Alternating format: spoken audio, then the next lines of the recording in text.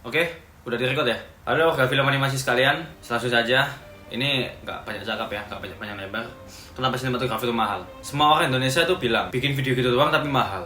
Bikin video gitu doang tapi murah gitu, bisa nggak sih? Banyak orang-orang yang bilang, gampang kok, bikin video kayak gitu gampang kok.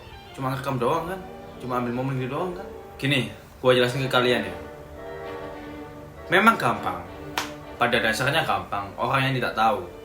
Kalau orang yang tahu, itu sangat amat susah karena fundamental videografi itu banyak, dan salah satunya yang bikin video itu menarik adalah pikiran atau gagasan seseorang tersebut, sang pelaku kreatornya. Ya, gue juga masih belajar juga, masih awam. Di video kali ini gue akan mengupas tuntas apa sih itu sinematografi. Sinematografi itu bahasa orang yang mengatur angle, mengatur gambar, memberi makna dalam gambar, memberi pesan dalam gambar, gimana gambar itu sejalan dengan ceritanya, cerita film yang disampaikan. Dan kenapa itu bisa mahal? Karena membutuhkan beberapa waktu yang lama. Orang awam bisa ngerekam, tapi orang awam nggak bisa meng-create sebuah ide atau gagasan yang menurutku bisa dibilang agak susah untuk ditiru ya. Yang bikin susah untuk ditiru adalah rasanya. Gimana satu video ini berbeda dengan rasa video lainnya. Contohnya, seperti di film-film ya, seperti film Sorry. Ini yang aku tonton, itu menggunakan teknik video pengambilan gambar yang sangat-sangat simple, tapi bermakna. Shot yang diambil ini simple. Sinematografernya namanya kalau nggak salah Dimas.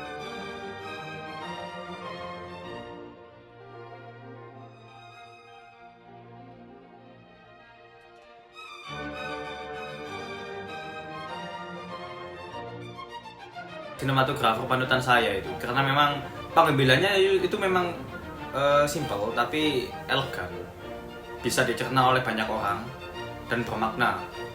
Yang di Lawrence selaku sutradara menekankan, mengarahkan bahwa ceritanya seperti ini. Dia menempatkan beberapa sisi, beberapa angle, dan beberapa emosi oleh seorang tokohnya atau oleh aktornya. Dan Dimas sangat menangkap hal atau momen tersebut.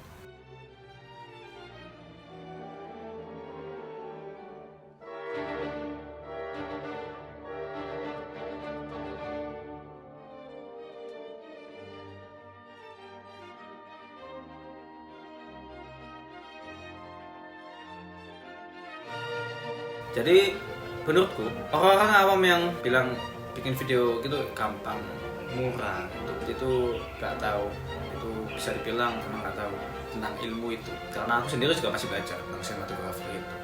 Karena juga cita-citaku pengen jadi DOP, ya memegang kendali penuh dengan gambar dan sebuah cerita, biar kesannya dapat, feelnya dapat.